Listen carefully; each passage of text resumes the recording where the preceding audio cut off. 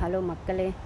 என்ன இன்னைக்கு ஷோ பார்த்தீங்களா? அதை பற்றி நான் நேற்றே லைவ் பார்த்துட்டு இருக்கும்போது எல்லாத்தையும் அப்டேட் கொடுத்துட்டேன். ஒரு சிலது ஷோவில் வராதது நான் வந்து ஆல்ரெடி லைவில் சொல்லியிருப்பேன். ஸோ டீட்டெயிலாக பார்க்கணுன்னா வீடியோஸ் போய் பாருங்கள். அதுக்கு முன்னாடி ஒரு அப்டேட் சொல்லலாம் தான் நான் வந்து இந்த வீடியோஸ் வந்து டக்குன்னு போடுறேன். ஆக்சுவலாக வெளிலேருந்து பேசுகிறேன். செம்ம குளிர், இங்கே வின்டர் ஸ்டார்ட் ஆகிடுச்சு யூஎஸில். ஸோ செம்ம குளிர். ஸோ இந்த அப்டேட் சொல்லணுங்கிறதுக்காக தான் நான் இந்த ஷார்ட்ஸ் போடுறேன். பார்த்திங்கன்னா பாருக்கு வந்து நைட் வந்து ரொம்ப வலி ஜாஸ்தியாக இருந்திருக்குங்க. அவங்களுக்கு நான் ஆல்ரெடி சொன்ன மாதிரி மென்டல் ப்ரெஷரு, அதுக்கப்புறம் ஃபிசிக்கல் ப்ரெஷரு, அந்த வலி கண்ணில் அடிப்பட்டது எல்லாமா சேர்ந்து அவங்களுக்கு ரொம்பவே வலி. அது கண் வலிங்கிறது அது விட்டு விட்டு வருங்க. அது அப்போதைக்கு தெரிஞ்சிருக்காது. ஐஸ் வச்சா கூட அது மறுத்து போகுமே தவிர, மேபி இவங்க வந்து ஃபஸ்ட் எய்ட் கொடுத்துருப்பாங்க, மேக்ஸிமம் ஒரு ஆன்டிபயோட்டிக் கொடுத்துருப்பாங்க. அது கூட கொடுத்துருப்பாங்களான்னு தெரியல. கண்ணு விஷயம் அப்படிங்கிறதுனால, சென்சிட்டிவானது அப்படிங்கிறதுனால. ஸோ வந்து அவங்களுக்கு அது ரொம்ப வலி அடிக்கடி ஜாஸ்தி வந்திருக்கு. எழுந்து எழுந்து அழுதுருக்காங்க. ஸோ கன்ஃபெஷன் ரூமில் கூப்பிட்டு இருக்காங்க. அதுக்கப்புறம் அவங்க ட்ரீட்மெண்ட்டுக்கு போயிருக்காங்க, வெளியில் ஷோ விட்டு வெளில போயிட்டாங்க அப்படிங்கிற மாதிரி நியூஸ் வருது. இது எந்த அளவுக்கு உண்மைன்னு எனக்கு தெரியல. மேபி கெமி கூட லாஸ்ட் வீக் அந்த ஸ்கின் ட்ரீட்மெண்ட்காக போனாங்க, வந்தாங்க. பட் ஆனால் இது வந்து சட்டிலான இஷ்யூ கிடையாது.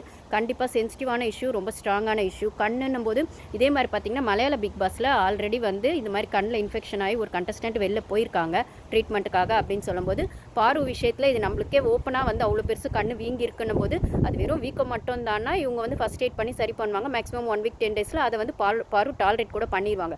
பட் ஆனால் இன்ஃபெக்ஷன் அப்படி இப்படின்னு சொல்லும்போது இவங்களால ஷோக்குள்ளே அவங்கள வச்சிருக்க முடியாது. அவங்க வெளில போயிருக்க வாய்ப்பு இருக்குது அப்படின்னு சொல்லும்போது கொஞ்சம் கஷ்டமாக தான் இருக்குது. எனக்கும் பாரு வந்து திருப்பி கேம் ஆடணுன்றது அவங்கள ஒரு பிளேயரை பார்க்கும்போது ஓகே. பட் ஆனால் வந்து ஒரு பொண்ணாக பார்க்கும்போது அவங்களுக்கான ஹெல்த் இஷ்யூஸ் ரொம்ப முக்கியம்னும் போது அவங்க ஃபேமிலிக்கான கன்சர்னும் முக்கியம் அப்படின்னு சொல்கிற இடத்துல அது அவங்களோட சாய்ஸ், அவங்க ஃபேமிலியோட சாய்ஸ். அவங்க திருப்பி இந்த கேமை வந்து ஆடணுமா, இல்லைனா அவங்க ஹெல்த் இஷ்யூஸ்க்காக வெளில போகணுமா, இல்லை மென்டல் அந்த ஒரு ப்ரெஷருக்காகவே அவங்களுக்கு இப்போ வந்து ஒரு ரெஸ்ட் தேவைப்படுது அப்படின்னு சொல்கிற இடத்துல அவங்க வந்து வெளில போகணுமா அப்படிங்கிறது அகெயின் அவங்களோட சாய்ஸ், அவங்க ஃபேமிலியோட சாய்ஸ். ஸோ இப்போதைக்கு நம்மளுக்கு ஷோ வந்தால் தான் தெரியும் அவங்க திருப்பி கேமை கண்டினியூ பண்ண போகிறாங்களா என்ன அப்படிங்கிறது.